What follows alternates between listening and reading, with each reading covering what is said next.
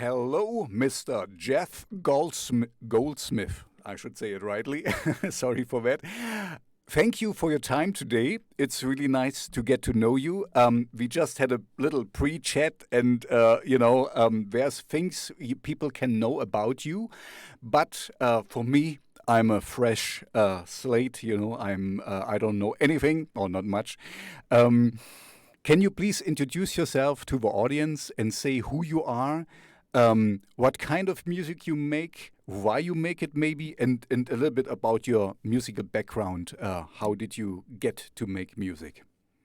Yeah, sure. So my name is Jeff Goldsmith. I'm based out of Minneapolis, Minnesota. I make dark, ambient, noisy, electronic music. I would call it art forward music. So it takes a lot of attention for the listener to listen to my music. It tends to be extremely layered and in depth. And so, yeah, I've been making music for almost my entire life. I started playing music when I was 4 years old, violin actually. So, my grandmother was a violinist, and my mom is also a violinist. So music's kind of in my family. And they threw me into a Suzuki violin program when I was 4. And so the Suzuki method is kind of based around listening versus reading music. And so when I was 4, I was listening to violin music constantly, sort of like training my ears, listen and to learn by listening. And so because of that, I just grew attached to sound, and not necessarily music, but, noises and all kinds of sounds. And so those are the things that I'm drawn to in my music. I do like a lot of like field recordings and sound recordings. And, I try to incorporate that stuff into my music to give a much bigger picture. And you get a lot more dynamics when you do that kind of stuff. So, that's kind of my background a little bit. And so I've been releasing music on my own for about 3 years now. And so the album I just released, May You Find the Light Before the Devil Knows He's Right, I just released in May. And that was recorded throughout the pandemic last year, kind of doing a lot of sound recordings and things that were happening in the Twin Cities, a lot of civil unrest, kind of incorporated it into that album. So yeah, thank you for having me on the show, by the way. My pleasure. Thank you for agreeing to be on my show. Okay, so yeah, you gave. Okay, I have a few questions. Maybe let's start with first of all, I think it's really cool that you use samples. That you kind of you go out and do field recordings. This reminds me of the early Depeche Mode stuff. Where they kind of really had strange samples, and I think there was a story they stole it from Einstürzende Neubauten, where Speak and Spell, where we had this, I don't know if you have it in your ear, People Are People, where it's a lot of metal clanging and stuff. So I was like, oh, this is cool, because what I'm kind of, maybe that's my first question right away, because if you use field samples, I think this kind of gives you it kind of sets the pace how the song needs to be, because you have a sample and it's let's say klang, or you maybe just tell me what you have sampled, and I'm telling you my point of view and you correct me, let's put it this way. So it gives you a certain amount of length of whatever it is, like a rhythm section or whatever sound you use, and you build your song around it. Right? Because it kind of gives you the... Absolutely. And so I've found samples can really be used in a variety of ways, right? So you can use samples in terms of like using a sample and using it to like create a drum sound or some kind of like rhythmic pattern, or even a musical pattern for that matter. Or you can kind of use them as textures to help create a better visual with your music. And so I know for me that's really what I try to do is it sets kind of like the template for things. And I kind of build upon that. And it just creates a really nice visual aesthetic when you're listening, right? Because I think of when I'm listening to music, it's always kind of visual, you know. It's like you're listening to it and you kind of create like a movie in your head. And so those sound recordings and those field recordings really just build upon that idea, you know, and it's something that just seems to work really well within my music. So you don't use them more, okay. So you don't use them as a rhythm part, but rather like the way it kind of should be, like the story should go, basically. More like how the, if it's a darker shadow or a bigger thing. So like a foundation. It's like your foundation. Okay. Yep. Can you just maybe go through how you start a song then? Because when you have a sample, and you know, I'm amazed what you can do with samples today. Like you already alluded to, that you can use I don't know, a blob from your pen and can make a bass drum out of it. And so it's cool. You know, I really find it's technology is really great in that sense. Yeah, I mean, for me, it's really starts as kind of like a collage, right? So it's really kind of like I tend to lay out a lot of my field recordings and sound recordings as a collage, and then kind of start to build upon layers from there.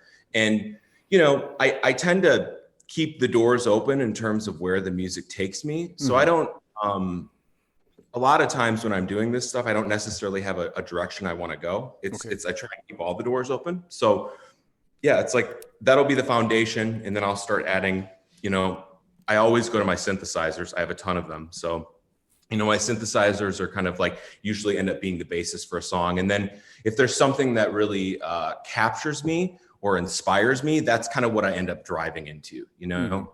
So for like this album, May You Find the Light, the ideas that I ended up driving into weren't necessarily the ones that I thought I was going to drive into. It's just I have a lot of different collages and pieces that I work on.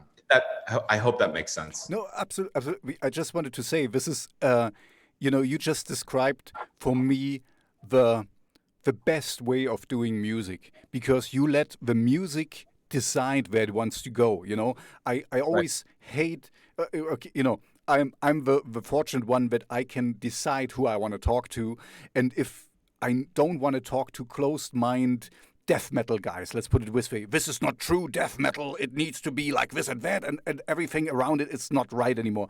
I like death metal, no problem, but I hate the closed-mindedness. So this is, you know, what I'm hearing here is exactly where I'm with you 100%, that you let the sound decide, you know, the song decide where it wants to go, and if it wants to be more heavy. And I listened, I mean, you know, I found you through your music, you know, I'm only talking with people that I like the music, so it's easy for me, you know. But no, I agree, and thank you. I really do appreciate that. I think that, you know, genres these days they're hard to classify, right? And so, you know, when you're making music these days, I think it really is important to leave all of your doors open and not necessarily pigeonhole yourself into one thing, you know?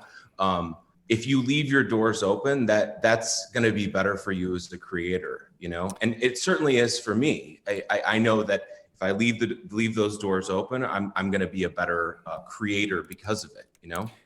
That's absolutely true, but it has, you know, it's a double-edged sword in a way, because I have two things I want to say, and you will understand it.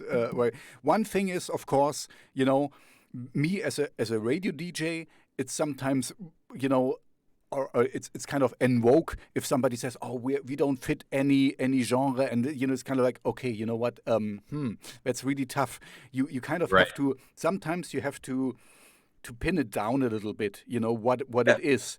And the other thing I just want to briefly mention, because like I said, I'm a radio DJ. I get songs sent to me, and the moniker experimental is something I really don't like, because I don't want to say most of the time, but very often it is kids who, you know, and it's not you, that's, you know, otherwise I wouldn't talk to you. kids who don't know anything and just throw stuff together and call it experimental. And then, you can, Right. under this umbrella, everything goes, it's Yeah. experiment. Oh, we don't fit any, blah, blah, blah, blah, blah. But it's a lot of bullshit. You can swear at my channel if you want. That's It's a lot good of to know. That's good it's to a lot know. of bullshit. Often, not always, but experimental is something when there's a little alarm clock going, alarm light going on in my head. Where I'm like, do I really want to listen to that? You are, of course, one of a nice exception because you really mean it. I mean, you alluded to this briefly that you started with 4, and this is. I could clearly hear somebody at work who knows how to do music, and experimental, meaning that you kind of try to discover new sounds and go different routes Right. without, and this is the important part, and when I leave it, I'll let you talk again, without kind of making it so complicated for the person that nobody could listen to it, because this is Right. a little bit my gripe with experimental music. I get it that you want to push boundaries and don't want to be as much as I hate this death metal. This is true and not true. But sometimes if you are kind of all over the place, it makes it hard for me as well. I'm a simple person. I need to have at least a rhythm and. I want to be surprised, but I don't want to be so surprised that Yeah. all the I time agree. jumping around. I agree. And I think that, you have to make music. I mean, you don't have to do anything, but when I make music, I certainly do think about the listener. Right. Mhm. And I listen to a ton of music, Mm.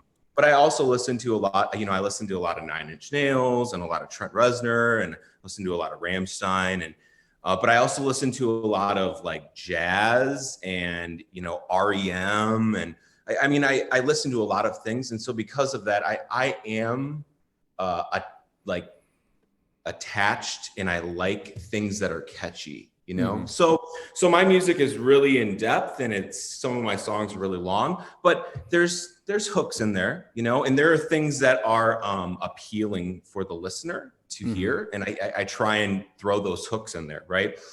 You talked a lot about like experimental music and specifically young people, and I think that it sometimes takes time to figure out what you're doing with your music, Mhm. especially in this day and age with like technology and digital audio workstations, and the capabilities are kind of endless out there, if that makes sense. You can make music with a really small budget and do what you want to do. It just sometimes takes time to kind of like narrow into that and hone into that, if that makes sense. And for me, I've just been making music for so long. I have a general idea of where I want to go with things, Mhm. I get it. It also, as you were talking, I thought about it. It's what your music is kind of very. I don't know if it translates right. If I say ripe, it's you've done it for a while. What I mean with that is. You don't have to show off. You let the song decide if it Yeah. needs a little bit more or a little bit less. You don't overpack it. You don't oversaturate it to show Right. off. Oh, look what kind of machines I have and how well I can play this and that. If a sound asks for it or the song asks for it, you do it. If it Yeah. doesn't, you don't. That's also a young people problem, that they need to show off. Oh, look, I got this new toy, or how well I can play guitar or Yeah. something. Yeah. Um, I certainly get that. I think at the end of the day with my music, I really try and make music that I want to listen to, mhm. And so specifically with like, my most recent album, one of the things that always kind of bothers me with music these days that I don't hear enough of is like a lack of dynamics, right? Mhm. I'm very big on dynamics, and I like things that are very loud and dense and dark, and I like things that are really quiet, right? Mhm. And like the contrast of those two things to me is extremely interesting, And I love hearing that in music, but it's always kind of lacking. So, on this album, I really tried to hone in on that, right? So like, the first song on the album is That Witch. And like that song is just like lots of ups and downs, kind of open with this, really ambient, clean synthesizer. And then it just jumps you right in. It goes like right to 11, just heavy, intense guitars and noise. And then it brings you back down, So you kind of go through these valleys of highs and lows. I was very surprised with it. It was kind of okay, it's unexpected, but this is what I wanted. Exactly, no, but this is cool because it's this is what I meant with a experimental Moniker, where it sometimes is really hard for me because most of the time it's a lot of bullshit, but a song. In a way, I want to, as a listener, I want something where I can see a structure, but I still want to be surprised. It's not that I, if it's too complicated and 7/8 and whatever and rhythm changes, like gent or progressive rock, and so it's too tough for me to follow, and I cannot enjoy it. It's more music where, like you said, with jazz or so, it's music where you have to sit down and really pay attention.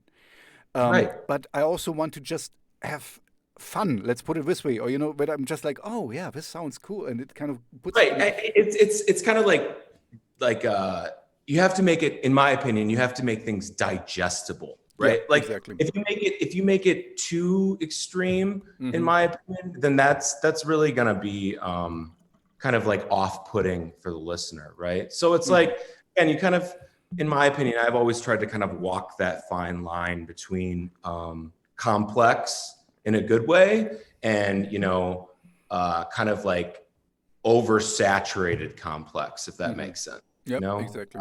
It's a fine line, and I think it can be tough sometimes, specifically for people trying to make in-depth music that's really layered and complex to know where that line is, Yeah, no, and I get it.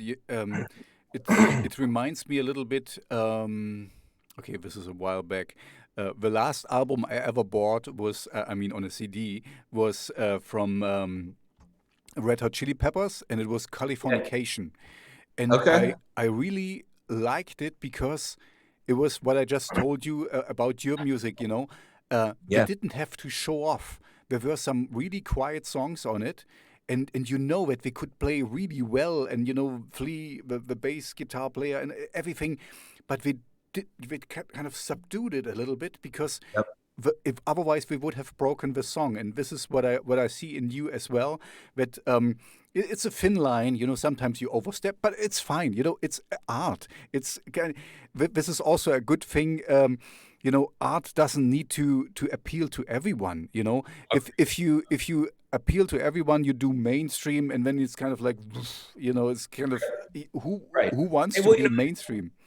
Yep. It's funny you mentioned the Red Hot Chili Peppers because, one of my biggest influences and one of my favorite artists is John Frusciante, the guitarist for the Red Hot Chili Peppers. And, right after that album, Californication, came out, John released this long series of albums. He did The Will to Death and Curtains, and he did all these really great albums. And those albums really, to me, were super inspiring and really like foundational in terms of me like listening to music and kind of maybe trying to understand where I want to go. And John Frusciante has always been unbelievable with that kind of stuff in terms of like dynamics and trying to make things like visually pleasing, visually big for the listener, if that makes sense. If your listeners don't listen to John Frusciante, I highly recommend checking out some of the solo albums because they're phenomenal. Yep. But this is as you were just talking, I was thinking sometimes in music, it's the things you don't do that kind of stand out, you know, if you don't oversaturate and a show of, you know, if you what is it, Joe Satriani, you know, he can play really well, but it's kind of, I'm getting tired after a while, you know. It's kind of, I get it, you know, you're a really, really good guitar player, but how long can I listen to a 10-minute solo? Wow, yeah, it's great. Yeah, so less can sometimes be more, you know. And that's something that I have to push myself to do, you know, to remember less is more sometimes. You know, I'm always making music, and I'm already on to the next project, and you know, that's something that I'm trying to remind myself right now. Like, you know, I don't need to like do all the layers sometimes, you know. Sometimes exactly. less is more. Just you know, or what sometimes happens as well, because you have very long tracks. Yeah. Sometimes I think this is not against you, but this goes more for the gent crowd or something. Then make 2 songs out of it. You know, if you have so many ideas, just don't cramp them in one song, and you show 50 different shades of whatever. Do more than one. You know, I'm a very simple person if it comes to music. You know, I like I like a simple rock song. You know, just I'm with you. Yep. I think that you have to go where like the song takes you, right? So I'm with you. Sometimes it's good to split things up, right? I know for, again, like for this album, it was really a choice to like make things the way they were, you know. Not to get too in depth in like the recording process, but you know, when I made this album, I really spent a lot of time, again, creating these collages and doing a lot of different things, right? And after about doing this for 6 months, I had like this abundance of material, just like a ton of material, and I didn't really know what to do with it, you know. And I had a friend of mine actually do the album sequencing. And so originally in my head, I actually had planned to do kind of what you're talking about, right? Like more individual tracks and kind of splitting things up and doing short little bits and pieces as the transitional songs. But my friend Kyle, who sequenced the album, told me, he's like, this is going to work way better if you just make it one complete piece, like 8 songs, make those intros and outros parts of the songs, because it feels more complete. And so for this album, that's really what I thought what it needed, you know? So, yeah, I guess not to steal your thunder, but I think that you have to go where the song goes. This is, you know? This is, once again, there is no right or wrong in music, you know? There is just what you decide to do. And I have to admit, he was right. Your friend was right in doing that, and it still worked. I mean, as a general rule, this is just for me talking that sometimes it's better to have it in smaller pieces. But see, this is, if you take my video podcast we're doing right now, I want to talk with you at least for an hour, you know, maybe more. Let's see how long we want to go. Because I don't want a small bit here. I'm completely different. You know, I wanna get to know the person behind the music and how much. You know, in my radio station before, I kind of put my podcasts there on the radio station as well, and they ask me, "Oh no, do little pieces, do 30 seconds, and you know, and this and that, and like, but what can I say in 30 seconds, or what can you say in 30 seconds about music you do?" So. You know, I'm kind of both. I work in both worlds. It's just, as a general rule, I rather have it, you know, in a 3 or 4 minute song. But you are absolutely right, or your friend was absolutely right, because it's like you said in the beginning, it's more cineastic, and it needs time to develop, you know. But it's not over. It doesn't overstay its welcome. You know, I'm still liking to listen to it, even if it's 7 minutes or 8 minutes or whatever. How long it is. Maybe let's because I think, like I told you, I didn't want to see too much of you, but I'm pretty sure you have had to answer this question before. But I'm going to ask you now. Sure. May you find the light before the devil knows he's right. That's a cool title. That's for sure a little bit long, maybe. But so the question is, how did this happen? Because we just established that your music happens, and I think this might have happened in this too, that it just came to you for whatever reason. So can you please explain a little bit? Yeah. So, the title, right? The title itself kind of stems from there's an Irish blessing that is, may you be in heaven half an hour before the devil knows you're dead, right? Okay. So that's a really cool Irish blessing. I don't know why. I've always found it really cool. And that kind of like popped in my head at some point when I was making this album. And so thematically, this record is really this kind of contrast between good and bad, right? You can relate that to God and the devil, or, just good and bad, or black and white, however you want. But I think that there's a big contrast between good and bad in this record. And I also think that people sometimes wrestle with that internally, the good in yourself and the bad in yourself, right? We all kind of have that stuff. Yes. And so that was the idea when I was thinking about the title, and when it came to me, it was just this wrestling with the idea of hoping you can find the good before the bad overtakes you, if that makes sense. That's really what the title means, and that's really the whole premise of the album. Just kind of like a story. It's just wrestling with those good things and those bad things that all people have, Okay. No, that's cool. It's just the light. Okay, the light is a good thing, and the devil is right, because he gets you in the end. Okay, got you. I mean, it's true. You've listened to the songs. It's a dark album, man. I mean, it is.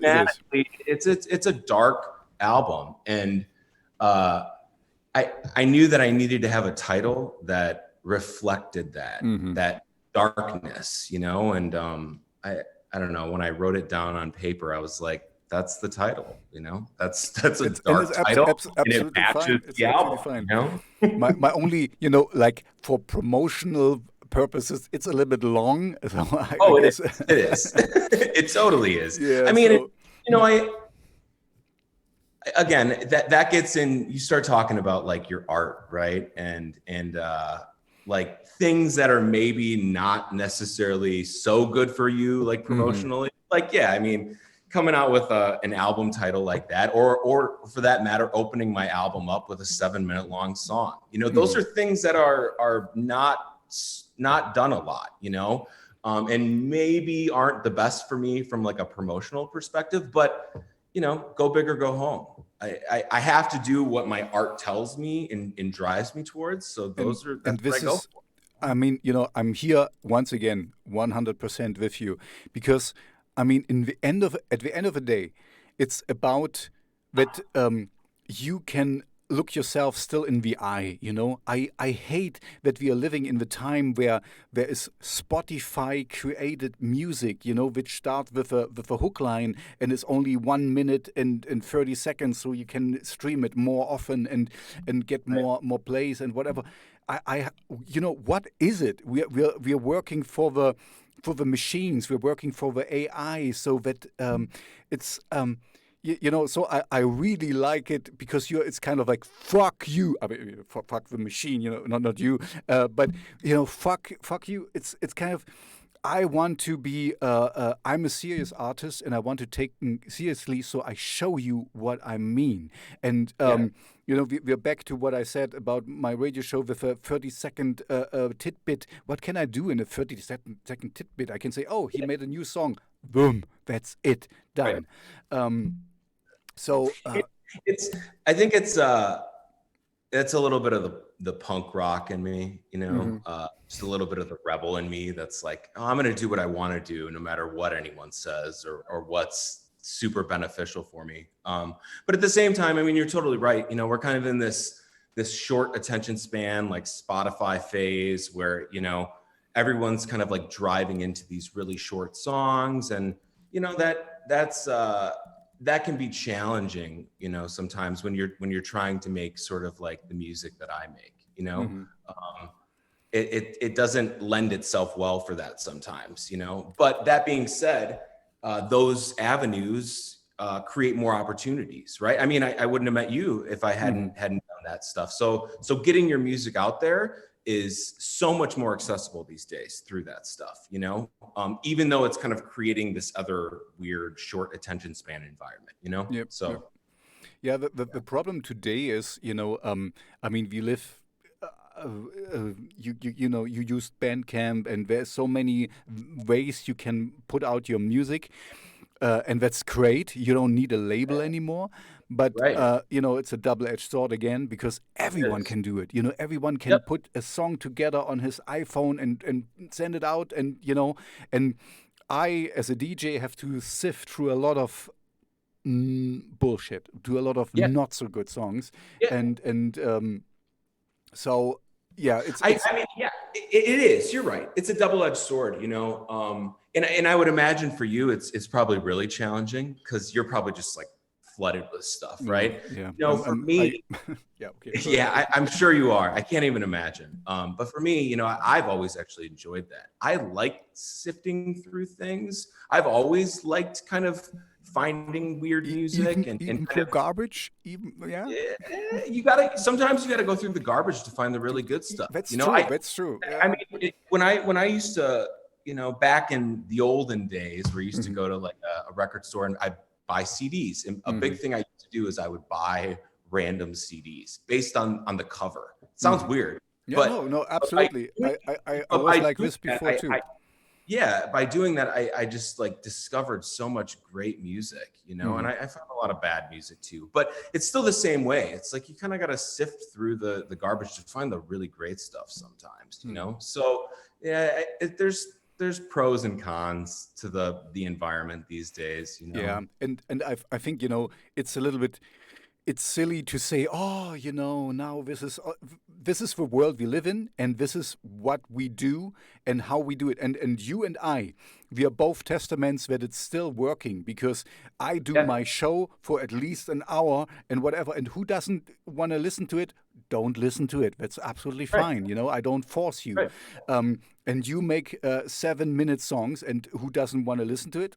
Don't listen to it. It's not for you then. You know, it's absolutely, you have a freedom. I think, you know, I still, so I don't want to bash on the time we're living in. We're living in a great time, you know. I grew up in the GDR, behind the Iron Curtain, you know. I could never imagine that I will have my own video show, you know. I'm still blessed, you know, and people watching it, and that's great, especially when we're coming, you know, full circle, especially today, when there is so much stuff out there. There's TikTok, Instagram, you know, you can basically Netflix, you know, you always can, your eyeballs will 24 hours, seven days a week onto something, and then you have somebody who watches you and kind of likes what you're doing, then it's really meaning something, you know. So this is, you know, full circle back to, if you make an impact, you make the impact for the right thing, you know, that it's not just an internet sensation, explosion, little hype thing.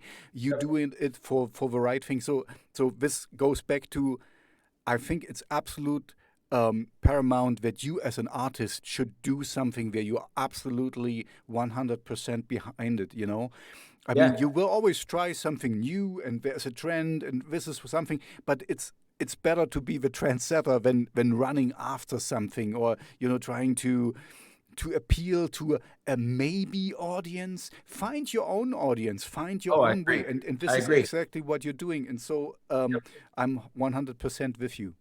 I think that, you know, in this day and age, you can find your audience, right? And you can make your dreams achievable, you know? And that's something that I, you know, I always hear a lot of people say, oh, well, you can't do that, you know, or oh, that person can't do this because they're too old, or they do whatever. And I don't believe in any of that shit. You know, I think that in this day and age, if you want something, you just need to figure out what it is and you need to go after it, and you can make the bridge to get there, you know? And that's kind of the age we're in now is specifically with music, you know, you can make the bridge to get there. You just have to, you know, create it. And so I don't know if I answered. I don't even know if that was a question or not. But I agree with what you're saying. I get your point, and you know, I can even put it in a little bit more, because the good thing of today is that just recently I realized that, you know, in the past you were in your place, and then you would find some musicians and I'm into blues and I'm into this and that. And it's kind of like, okay, you know, then I play blues because this is very you know, this is what the public wants here, so, you know, I'm doing that. I would like to do something else, and today it's like, oh man, I have a guy in Mexico, and I have this guy over there, and you know, or even the audience, you know, the audience. Maybe I know you're in Minnesota because, you know, I saw your Minnesota interview, and I don't know what people are there, but maybe not exactly the ones you want, but you still can cooperate with all over the world people now, and also people will find it, and you know, when maybe 10 people in Chile, 10 people in Indonesia, and 10 people there, and then they add up to you have 1,000 followers. Let's put it this way. I totally agree, and I think that you know, it's funny you bring that up because I listen to your playlist all the time actually at Spotify, and you find some really good stuff. And one of the artists that you had on there, her name's Violet Ice, and I actually reached out to her, and I'm having her sing on one of my songs. So we're doing a little we're doing a little collaboration. So, you know, I totally agree. I think that in this day and age, it's so easy to find other people that are kind of on the same wavelength as you in terms of music, and to do collaborations virtually, you know, that's so cool to me.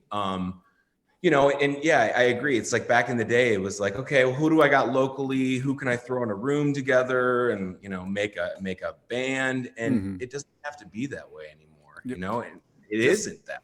Just imagine, you know, Trent Reznor with his downward spiral. He would have played in a cowboy barn thing, and people would be like, "Huh? What is this?" They would have thrown their beer on him and stuff, and you know, I'm kind of.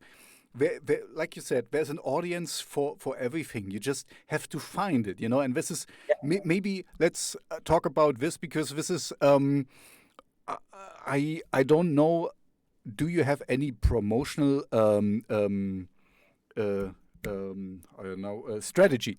Sorry, promotion strategy. Because this is, I could find out a few things about you. You know, you're on your Instagram and stuff, but you don't have a website, for example, or you know, some. How do you promote yourself? Or maybe let's put it a little bit more broader.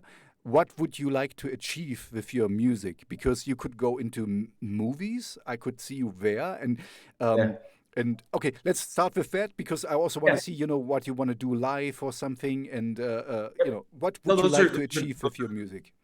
Those are really good questions. So, I mean, career-wise, I want to get into composing for film, and I'm kind of working on a couple projects with that right now. So that's really where I'm going for my career.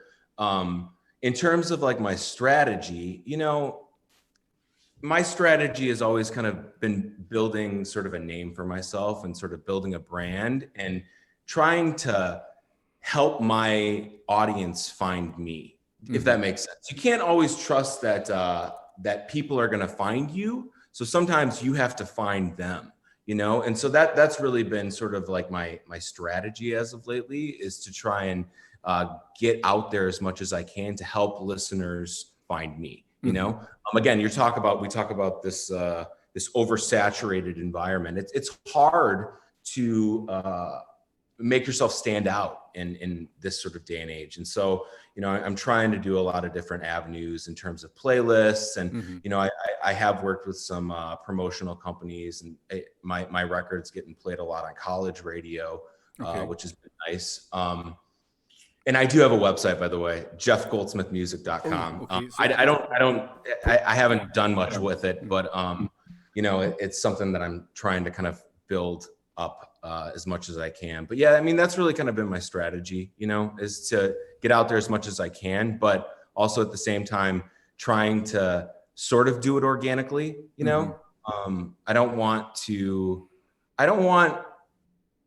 I'd rather have 100 really dedicated listeners that love my music. Yep. Versus 50,000 people and that are like half committed. Do you know what I'm saying? To me, it's way more.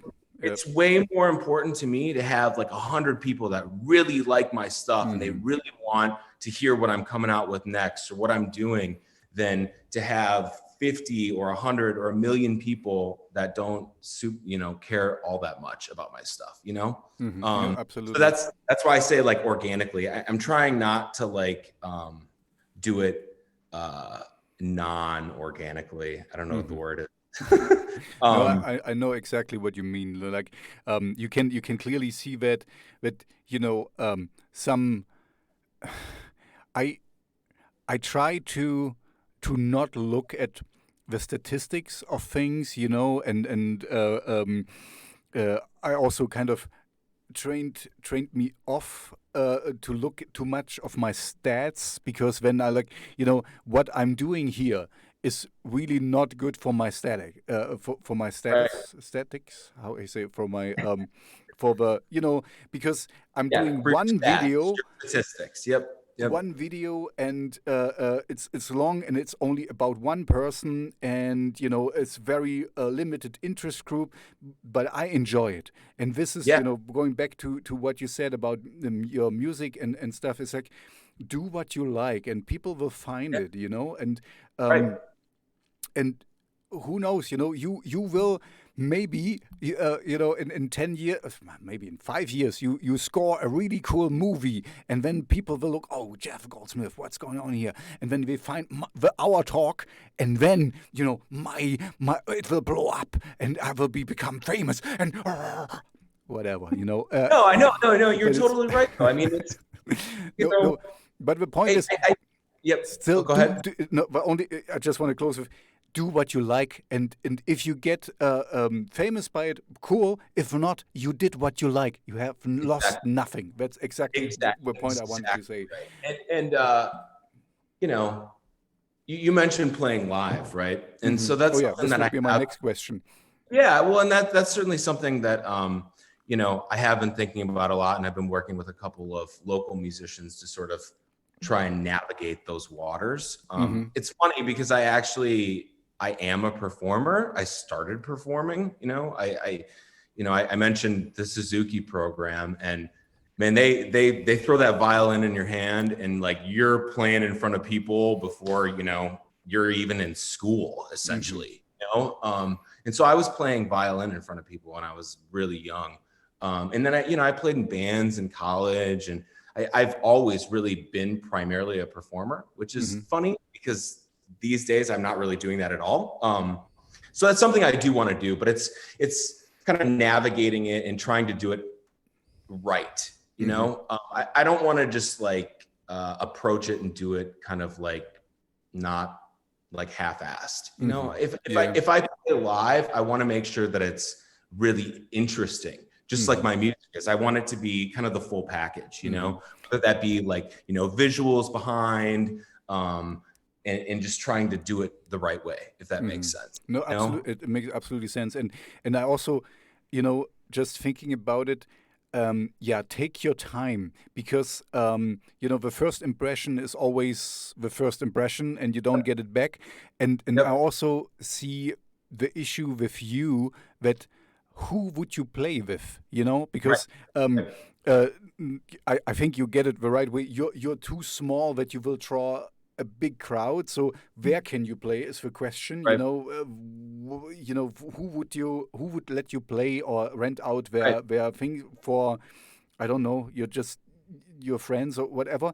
And so it's in terms of this kind of music, it's there's not a high demand for it, at least not in Minneapolis. There are some really great artists here, but it's again, you kind of have to build a following prior to kind of navigating some of those roads. And that being said, I certainly have had some conversations with some people about performing at like South by Southwest next year. That would be cool.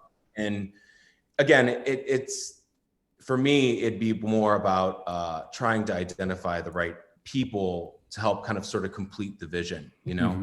I would certainly need like at least a couple of great multi-instrumentalists, in addition to like a great programmer, which there's a great band out of the Twin Cities called And I Roared. They're kind of like an industrial band. And so I've done some work with them, and we've been talking about trying to put together some sort of live set. And they have the guy Matt, who's kind of like the visionary behind it. He's a phenomenal programmer, and just really good with like digital stuff, and something like that is kind of necessary for my kind of music if you're going to make it a live performance. I see it more like a I want to say vernissage, but more like it's like a complete art show. It's not just it's also visual, because that's why I also put you in the cinematic.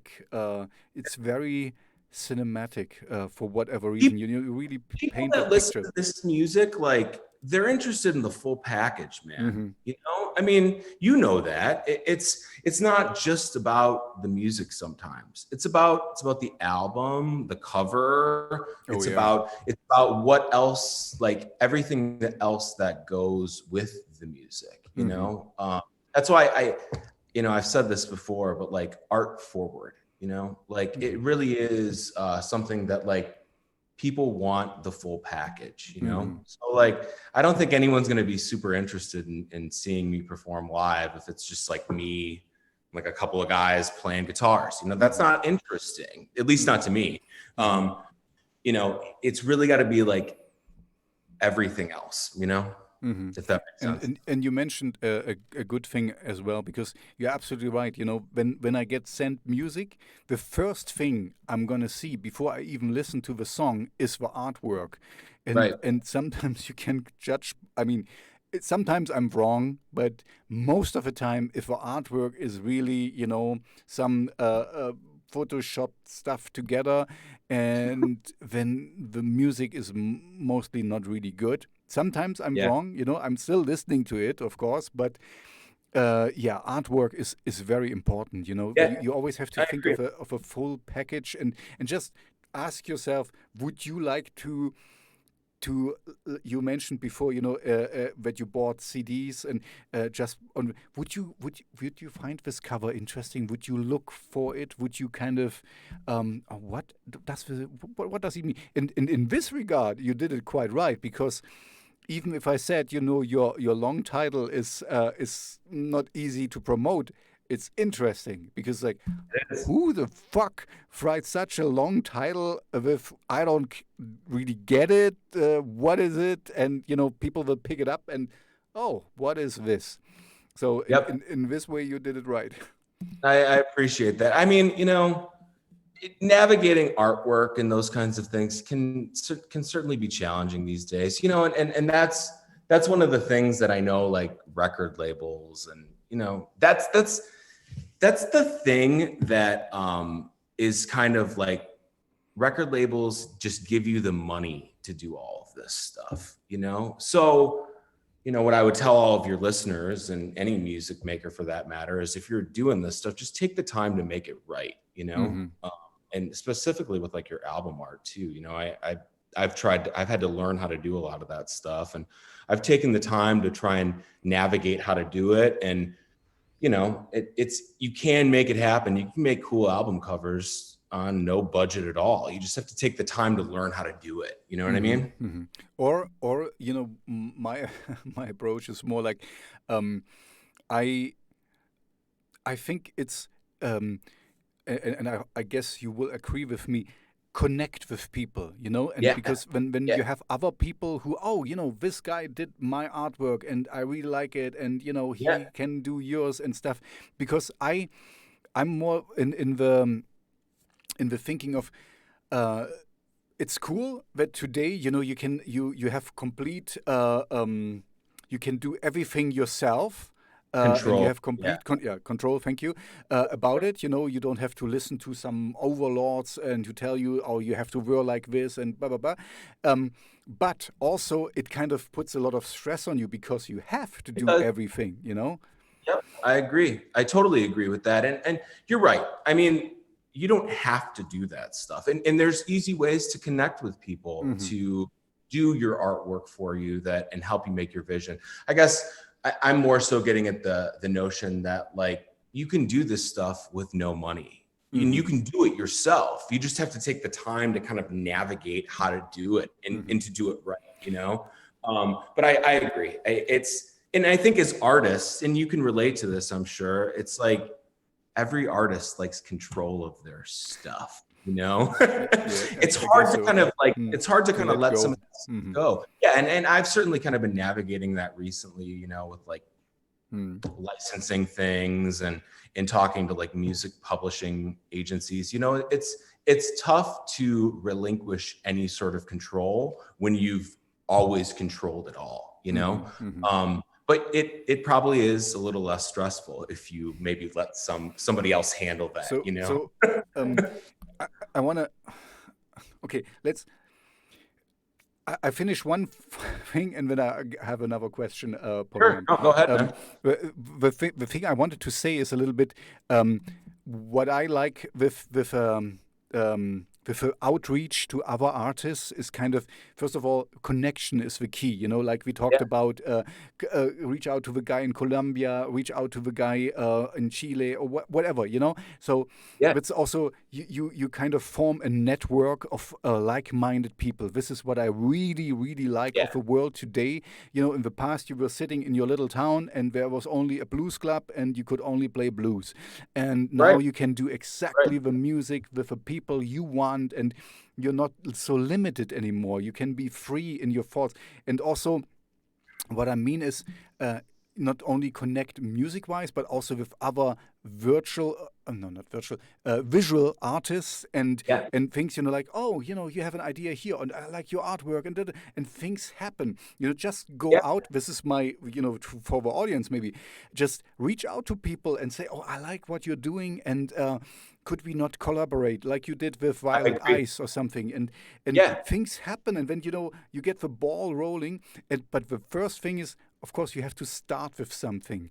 And this is always the toughest step. Oh, see, there's another question I could ask you, but let's go with the one which just popped up more recently. So you're a little control freak. Could you say that? With my music, I certainly am. Yeah, I mean, it's hard. I like, that was something I wrestled with band, right? I always felt like I had to have other people around me to kind of like get my vision, but that's not necessarily true in this age, right? I can make everything and create my vision on my own. And so I'm a little bit of a control freak when it comes to my music. I'm cautious is what I am when it comes to letting other people, do things. Now, that being said, I do love collaboration. I love, collaborating with people, but it kind of has to be like you have to really tread that carefully, right? Like setting expectations in terms of collaborating with people, kind of from the get-go, because, collaboration, as great as it can be, sometimes people bring emotions into that stuff and it can get a little messy sometimes. I mean, you know that with bands can get really complicated.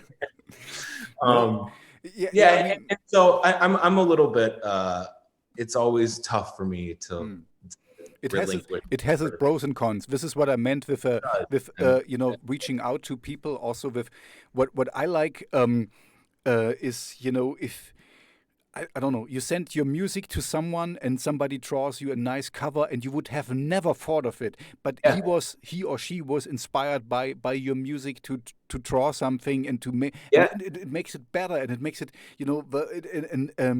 it makes the vision more grand, more. Totally agree. So sometimes you have to let go, but I also I get completely that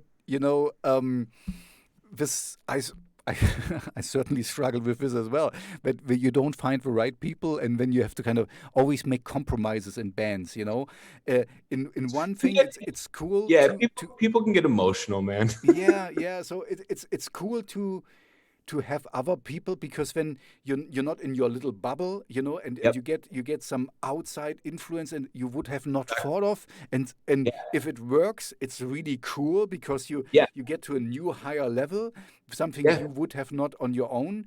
But if it's kind of more like what I said with a death metal approach, and it's kind of, no, I'm not gonna do that, and then it's kind of like, oh. Well, I mean, I know what you're saying, and with that death metal stuff, I mean, I get that to an extent, because that's really kind of like, that's like a lifestyle, man. Mm-hmm. That's like the difference is like that stuff's really, I don't know how I put it, like ride or die, Mm-hmm. But what we're talking about, like the collaboration, I mean, I totally agree. And, it does give perspective, right? And with this album, I did have some collaborators on some things, so I for the most part, some bass lines written and stuff. Yeah. So my friend Kyle did the album sequencing, and he played bass on That Witch. And then I also had, there was a girl, I did like the general, so I did like the photography and the background for the album artwork, but it wasn't like quite where I wanted it to be. And so I kind of collaborated with someone that I found online, a digital artist, and her name's Gina. And so she helped me kind of like work on the album artwork and really make it better, and give it a little bit of what it needed, to be like impactful. This is an important thing, and this also shows, that you're doing it for a longer time, because it's sometimes hard to know what it's lacking, or hard to know when you need to reach out, For sure. Because for sure. Yeah.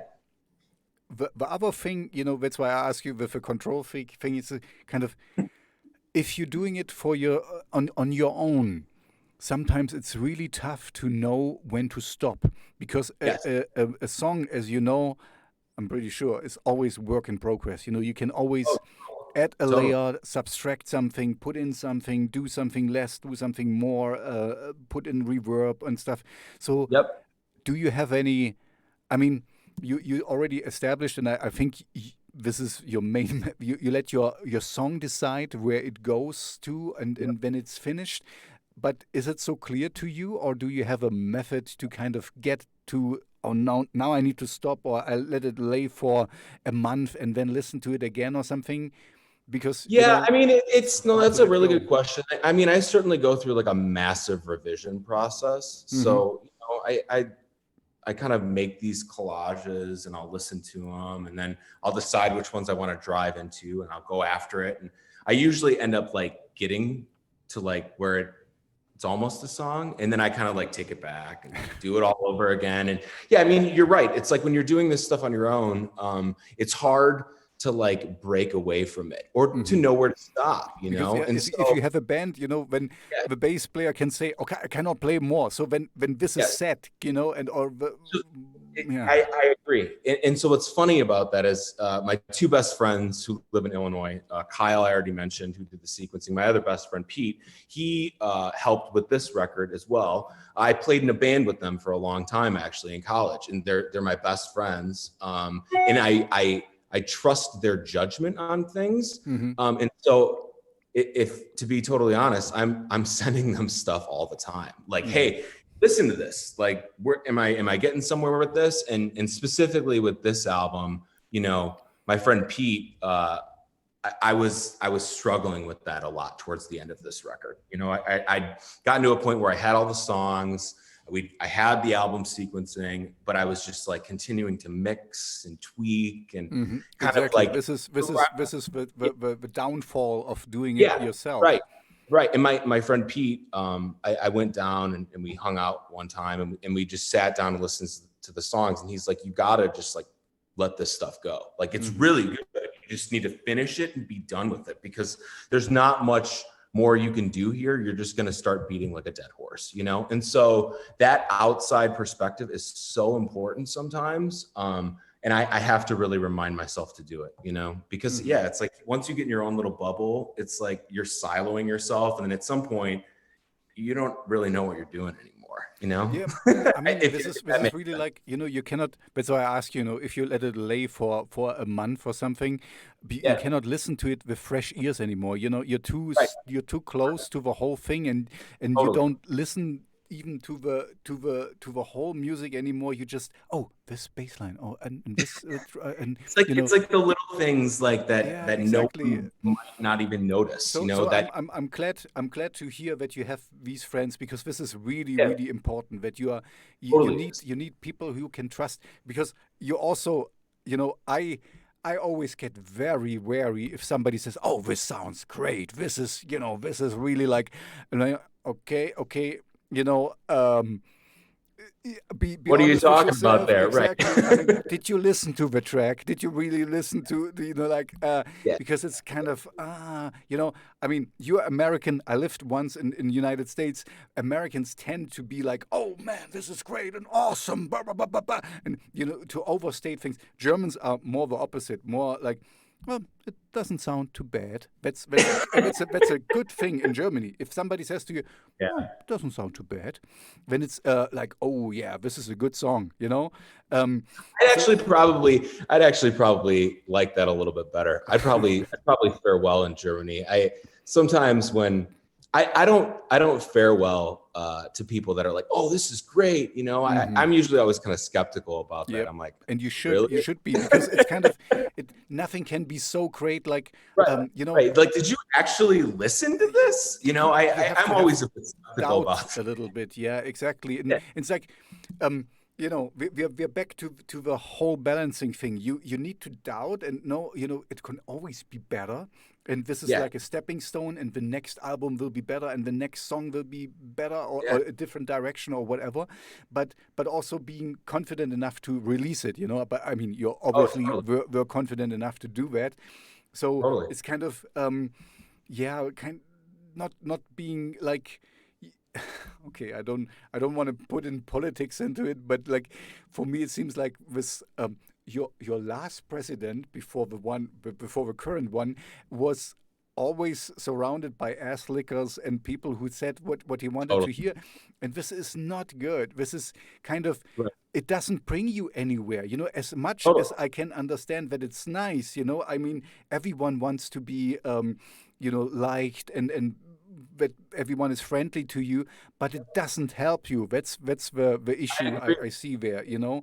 So it's good that you, okay, let's bring it back to you. Sorry, I don't want to get into politics. No, you're right. I mean, it's true. If you surround yourself with people that are always going to agree with what you're doing, you're not really setting yourself up for success in any way. You know, Exactly.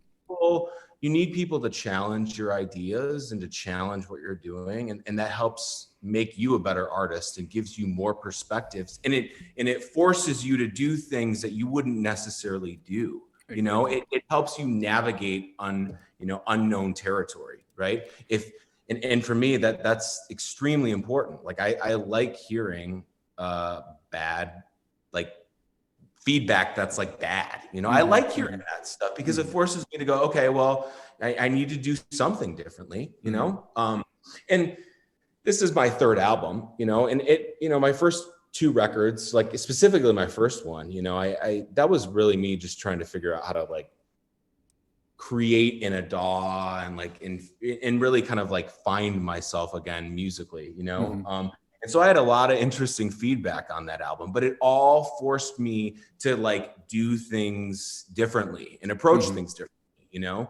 And so, yeah, having that like external, like, no, man, you need to really work on those vocals, or dude, that bass is terrible on this. You really need to redo that bass, you know? Or like, why do you have 17 Moog basses on this song? You know, you don't need that. Like, those things are the things that are going to help push artists into those unknown territories and make better music. You know? No, absolutely.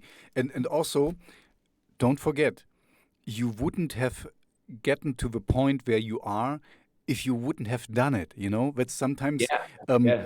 I, this is of course mostly not the people I talk to, because we're never going somewhere, because we're always so in full doubt. So this is the balance that I mean. You have Yeah. to you have to. Music is just a snapshot of a time at the moment you are. If you listen back to your album in 5 years, then you're like, oh man, I could have, because you are 5 years later, and you Yeah. learned more. You talked with more Yep. people. You had more collaborations. You had more knowledge. And you know being very philosophically now, this is what life is about, of Yeah. Totally. changing and evolving and getting Evolving. better and getting learning things, never stand still. And this is an important thing. And yeah, okay, I'm stopping with my death metal thing. That's, if we would have not had new genre stuff, we all would be playing blues rock. Because then No, there would be no I rock and roll, no death metal, yeah. no hardcore, whatever would come out of it. So anyway, music No, is just a snapshot. I agree, and I think that that's something that I think a lot of artists, potentially wrestle with is kind of like trying to figure out how to open new doors, right? And so I know for me that's something I always try and take into account.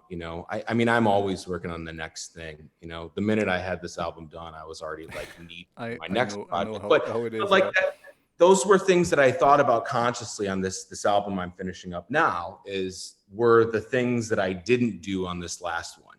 So this new album I'm working on is very like, it's even more sample focused, like I essentially recorded a lot of things and then put them all into samplers and then manipulated them and then re-recorded them into a song. So it's really like counterintuitive, really bizarre stuff that I'm doing. But those were things that I didn't necessarily do on this current album, May You Find the Light. Also, like I'm trying to do songs that are shorter, intentionally, to try and challenge myself to do things that fit kind of like the 3-minute mold, just to challenge myself, This is a good point anyway. Right. In the past, I really, as I was younger, I found these haikus. What a haiku is? This is the very specific length of a poem. Right. And I was like, why would you limit yourself to 5 words and this to this structure? Yep. But then today I get it. Today sometimes it's good to kind of give yourself boundaries and just see what happens. Yes. Like like with acting. Don't use any props or something, and just use because it will change things. It's not for everyone, but it's kind of. It keeps yourself also fresh and engaged in the whole thing, Totally. I as much as I'm completely with you with what you said in the beginning, that you let the song decide where it wants to go and also how long it will be. Sometimes it's just good to know this song is 3 minutes 30 at the most, and then it's done. And then it's kind of you have to if you feel you have less at your disposal, but you feel more enriched because you have to be more creative to get it right in this frame. Yeah, I mean, it's when you do those kinds of things, it helps create a vibe to things, right? So with this album too, like my second album, Voodoo, was very, it didn't have a lot of guitars on it, and I'm actually, I'm primarily a guitarist, ironically.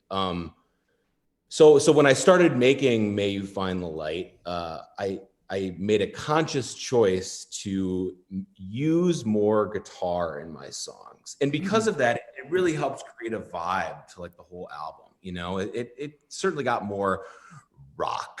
Yeah, and more like this industrial feeling, which I like, that's... Yeah, it gave it a vibe, right? And so when you make those like conscious choices to like do those things, it helps kind of like create the sound and the vibe of an album. So like the album I'm working on now, I'm doing the opposite of that. I'm trying not to use any guitars, Okay. that's it's those kinds of decisions that help sort of like transform and evolve the music and create like a vibe to things, and I think that those are important choices to make. Absolutely. It can be challenging if you're in a band sometimes to be like, oh, well, I'm the guitarist. You don't want me to play guitar in this song, so maybe I you know what I'm saying though. Yeah, but like, I know exactly what you mean. But there's ways to play guitar differently, or do things that you wouldn't normally do as a guitarist. Those are the kinds of things that I find interesting in music and in bands. And, there's a great Icelandic band, Sigur Rós. They do like cinematic like music. I love like he plays his guitar with a cello bow. That's like so bizarre. Jimmy Page was doing it. But he does it in like a really weird, noisy way. And I just those are the kinds of things that are great, and they're like counterintuitive and they're experimental, but it's also like unique, and it's different. Yeah. I get you can tell I get pretty amped about that kind of stuff. And me too, because what I really like is, in a way, you could say that, everything has been said, every love song has been written. There is no new music since Jimi Hendrix. He played all the notes that can be played and stuff. You can, put in the sitar, to have some different tunings and stuff, but basically everything has been done, and still you find new ways, and that's so cool, and so I like that. There's always a new twist on things, and always a new thing you can discover, I'm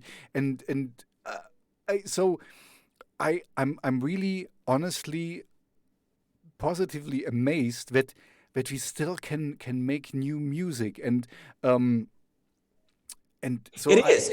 I think that you can say all you want that everything's been done, but I don't buy that for a second. I think that it's like kind of say it, and no, it's not true. Yeah, exactly. Because I think that there's tons of stuff that's always coming out that's never been done before, or it's a different way of doing something.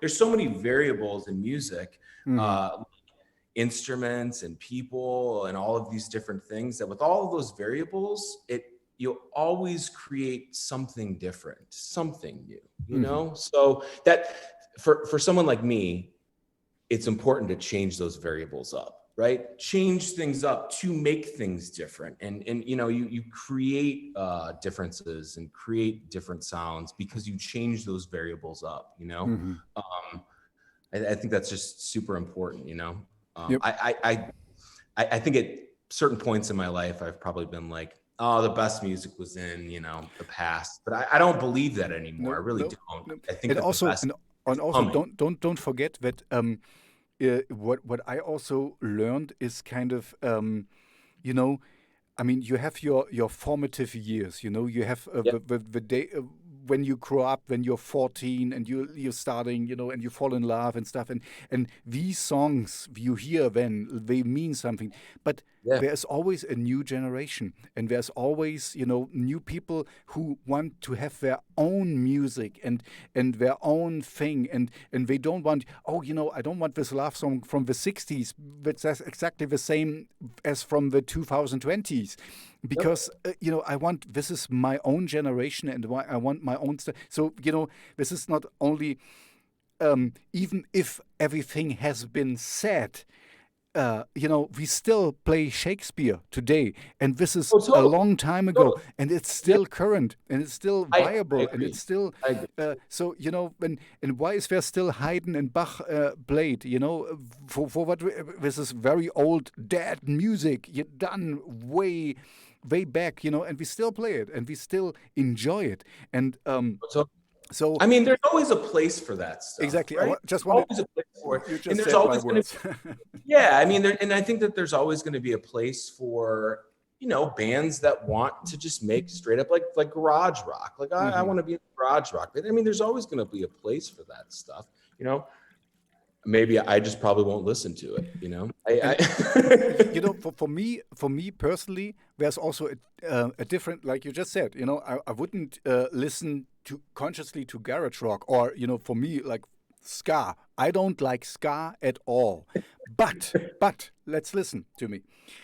If I would go somewhere and there is a ska band playing live, and I just get into the energy, I would dance and I would enjoy it. You know, this is also a difference for me. You know, I wouldn't seek it out and listen to it and you know at home and you know on my leisure time. But if I right. go somewhere and I'm with friends and we just have a good time and then we just you know go pogo dancing or whatever, you know, so this is also it's the environment that Yes. needs to be there for it as well. You know, not every music. You said it yourself. You know, when you want to present your music, you need to set the stage right. You need to have Right. the right visuals with it because if you a ska band can get away with just playing it and jumping around on the stage because this is exactly what we need to do. They would be Sure. it would be wrong for them to make what you want to do, you know, with big visuals and light shows. Just imagine you know like a Rammstein show with a ska band. It wouldn't work at all.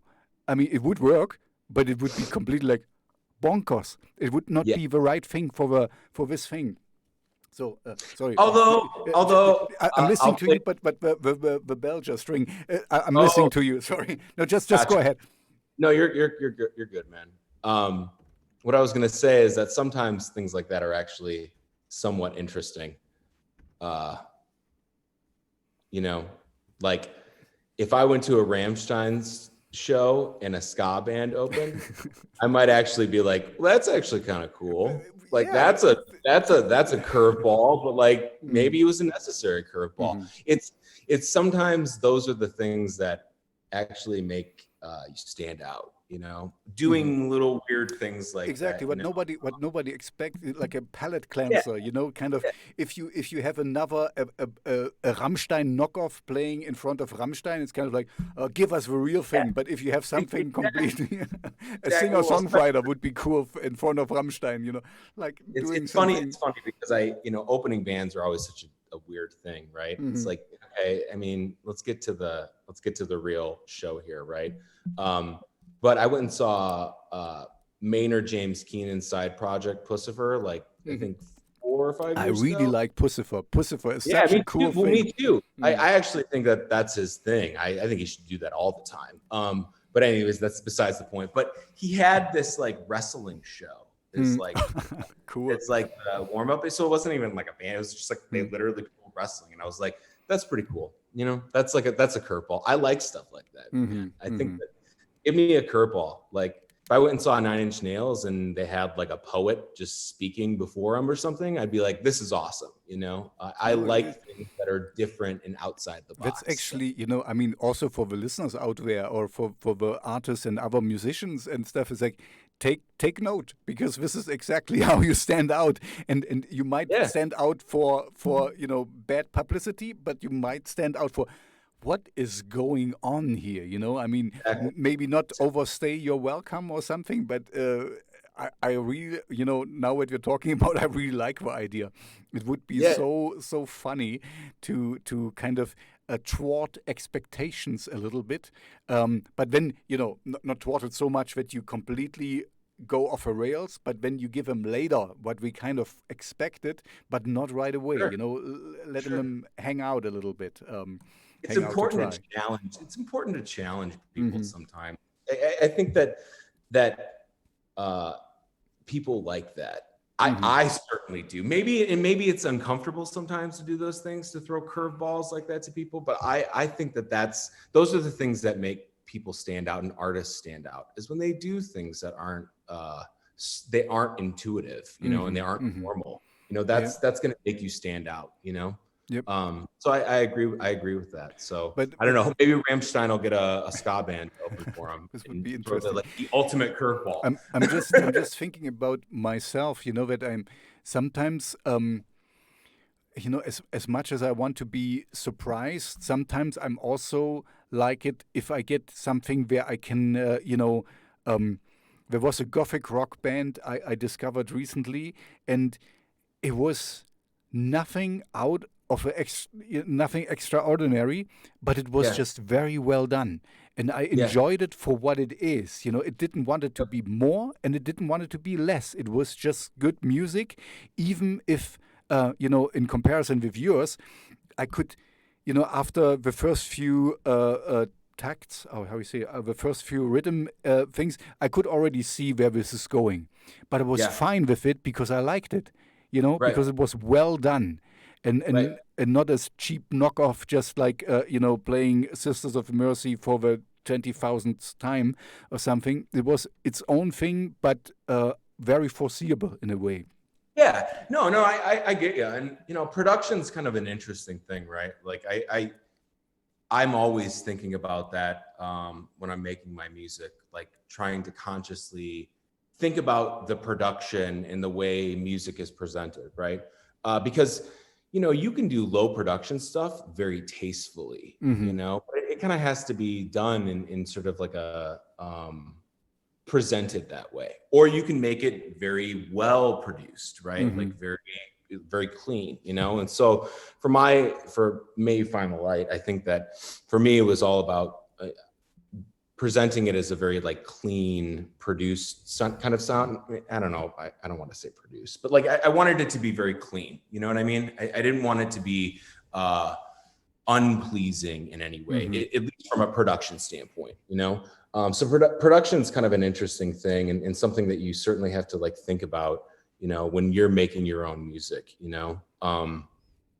that's why back in the day they used to have producers and, exactly. like, And I'm going to pay this guy, I'm did going to bring in Rick Rubin and pay him $20 million. How did you do that? Because I mean, you produced it on your own. Yeah. Yep. So I did everything, I record it, I make it, compose it, But write this is it. really tough because we already talked about your outside perspective, that you have the good friends who really tell you what to do, but I think it's really tough to do it on your own. It's a push and pull, I love the process. Like I love the whole complete process of making music from start to finish, but again, it's a love and hate relationship because I'll tell you, man, when I'm like, 2 months into editing things and I'm just like,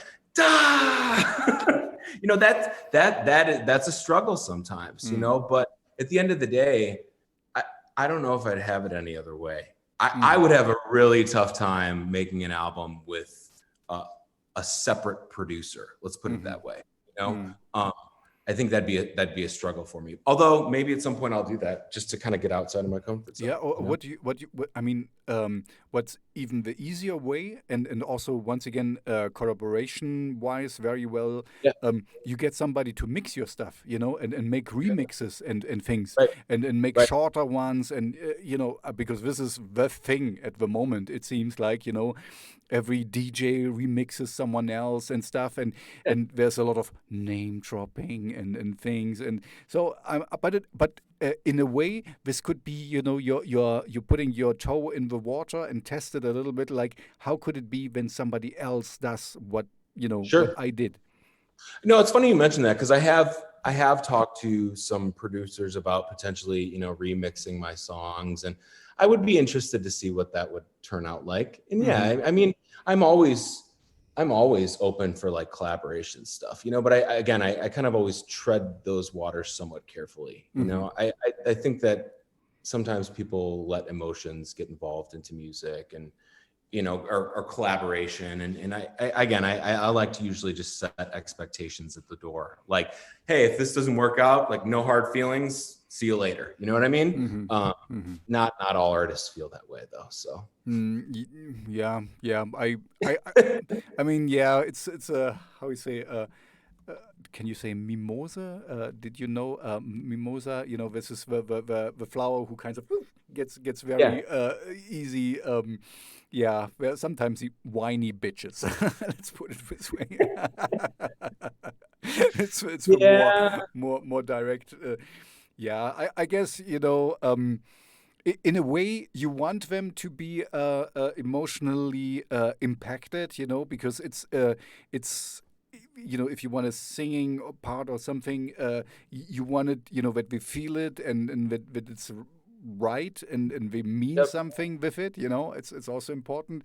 But if we take it too seriously, then again you can say it's just music, and if it Yeah, I doesn't, mean, it's that I like I said earlier, I've kind of been working on some film projects, and I have done some collaboration with some other people that I've been working on, and it's been nice to do that stuff because it's not necessarily just my vision at that Mhm. point. It's like it's maybe someone else's vision, specifically doing films. I like that because it's like they have a vision, and I kind of have to meet them in the middle, and Exactly. we work How together how to how tough match. how tough is this for you? Because for me personally, I get exactly what we talked about in the beginning. That you let the song happen the way it wants, but here you kind of have to it needs to fit the bill. It needs to Yeah. be very specific. The mood is this and that, and how do you get this done? Because for Yeah, me, this would be really that's a tough. Yeah, it's a good question. I think you have to set your expectations at the door, right? I mean, Mm. I did a few commercials on my own and with some local people, and that was like my first time sort of like delving into that realm, Mhm. and I don't think I really kind of set my expectations at the door when Mm. I did those. So I struggled with that a little bit because I was like, oh well, this is my idea. Like, why do you want to change it? Or Mhm. tell me what to do here. But after I kind of ironed through some of that stuff, I've approached these projects a lot differently, Mhm. which is like much more open to understanding how they want to work through this stuff. If that makes sense. Mhm. Again, it's really kind of like setting the expectation before you sort of like start into those projects. If you go into it, if you go into like a film project, assuming you're just going to be able to create your vision, it's not going to work out because you're dealing with so many other like different people and visions and factors there that, that's not going to work. Mhm. If you go into it with the expectation that it's going to be collaborative and you're going to work together to reach that vision, then I think you're going to be setting yourself up for success. Mhm. Okay. Yeah. So you have to do a lot of pre-talks and stuff to really Yeah. see if it fits or not. So Yeah. I mean, it's again, it's kind of like collaboration. It Mhm. really is Mhm. collaboration and like trying to understand a vision, and maybe it's not your vision. Mhm. That's what I enjoy about it is it's maybe not my vision, Mhm. but I can give my piece to the Mhm. vision, Mhm. This is musically this is or what I, sound. what I what I said earlier with collaboration with Yeah. an visual artist where you kind of this is the music. What do you think? How should the artwork look for that? And this is kind of the same, just opposite. So were you?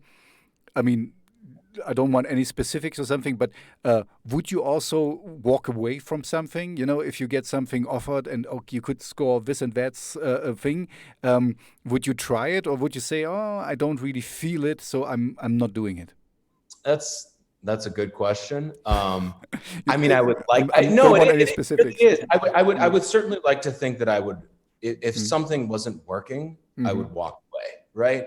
Because But you would some, try it. You would try it first. yeah, oh, Ah, okay, absolutely. okay, I would okay. always Mm, try, mm, but that's thus far that hasn't happened to me. So, mhm, but I always do want to try and see things through. mhm, But if something's really not working, it's like, it's like any project that I work on, or any of my songs. If a song's not working, I mean, I'm gonna put it away, mhm, or put it in a file and come back to it maybe a couple of years later or something. mm, But I would like to think that I would do the same thing with like a film project. If it really wasn't working, I would step away. mhm. Thankfully, that hasn't happened yet. And hopefully it will never happen. I just, we are now 1 hour, almost 30 minutes.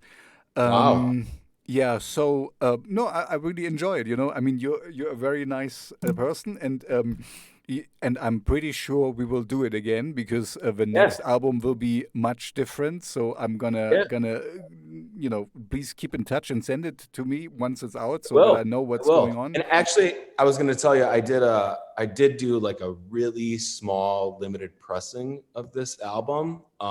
So make sure to send me your information. So once I get them in the mail, I'll send you a vinyl. Wow. There you go. But sign it, no, please. But thank you so much for having me on the show. I really, want it signed. It's really fun. Yeah. Okay, yeah. Thank you very much. Sign it. I can sign it for you. Usually at the end, I'm doing some more fun parts. Like, you have played in bands. We could, one of the questions I always like to ask if what's the most funniest thing that happened to you on stage, on your way to stage or behind stage. If you have a story to tell, it's cool. Otherwise, I have another question I can ask. But yeah, if you have an answer here. I do. Okay, so please share. And you can swear, but keep it PG-13. YouTube is sometimes a little bit awkward. So when I was younger, I played violin, and we would do solo recitals, right? Mm-hmm. So I'd have to go up there and play a song. And I think this was probably in my high school years. It was probably high school. But I tend to like really get into the music when I'm performing, right? So I was up there playing violin, and I was literally just like jamming out to like the song, if that makes sense. And I didn't even really know I was doing it. And anyways, I finished performing, and I got scolded for doing it. Like they just like my mom talks about it. She's always like, they did not like that. They did not like you moving around. You was so inappropriate. And I'm like, why? I was just. But the music took you over, and this is what usually. I forgot the name. There's a big violinist, and you can also, or it's Apocalyptica or something. They really make a show out of it. Yeah, and don't. stuff. Yeah, I guess what I'm getting at is that don't ever. If this is for your listeners, don't ever let anyone tell you what you can or can't do. Period. And that's something that I think about that sometimes, because it's like, what were they trying to do there? Don't ever let anyone tell you what you can or can't do. Like the opportunities and the things are endless, and whether that means jamming out when you're playing your violin in front of like a classical music concert, or deciding that you want to release a 7-minute electronic piano song. Don't ever let anyone tell you what you can. Exactly. Like we already established, there's an audience for everyone. And, and as long, my take on it is, as long as you love what you're doing, and you're doing it out of, you're really feeling it and stuff, and you're not running after a trend, or you want to be on the hype train or whatever, just do it and do what you feel right. And totally. And in music, what I really love is there is no right or wrong. There's just something you like and what you don't like. And just because I don't like it, this doesn't mean it's bad music. It's just I don't like it. That's it. Simple as that. Make your art for you. Exactly. Make your art for you. And others will find it, will love it too. Because once you get to the performance stage and you make music you don't love, people will notice. People will absolutely notice. You will see if somebody goes just through the motions and plays the stuff, or if somebody really, like you just said, with your example, feels it and really, really is into it. Then, the music, this is as much as we're living in a fast food age of music, and easy and 50,000 songs per day to Spotify or whatever, it is something very, very special, and it can take you to places, and your music, has this cinematic quality and really transforms you. And if you give it the time to let it, it's like a drug. without side effects, and this is something really cool. And so yeah. Anyway, I'm completely with you. Don't let anyone tell you what you should or shouldn't do. Just do it. I mean, as long as you don't hurt anyone else. Yeah, But, no, I mean, exactly right, man. Make your art for you and find your 100 listeners. exactly. Find your 100 important listeners, and at that point, that's all that really matters, right? Okay, let's end with that. That's a nice end quote. Find the 100 people who really love your stuff. Exactly. Okay, and find them now. No. Okay, so thank you very much, Mr. Goldsmith. Goldsmith. Oh, sorry. Goldschmied. Auf Deutsch ist es ein Goldschmied. Thank you very much for your time. It was really fun to get to know you, and please keep me in the loop of new stuff. I'm really excited to hear that there is more coming. Thank you.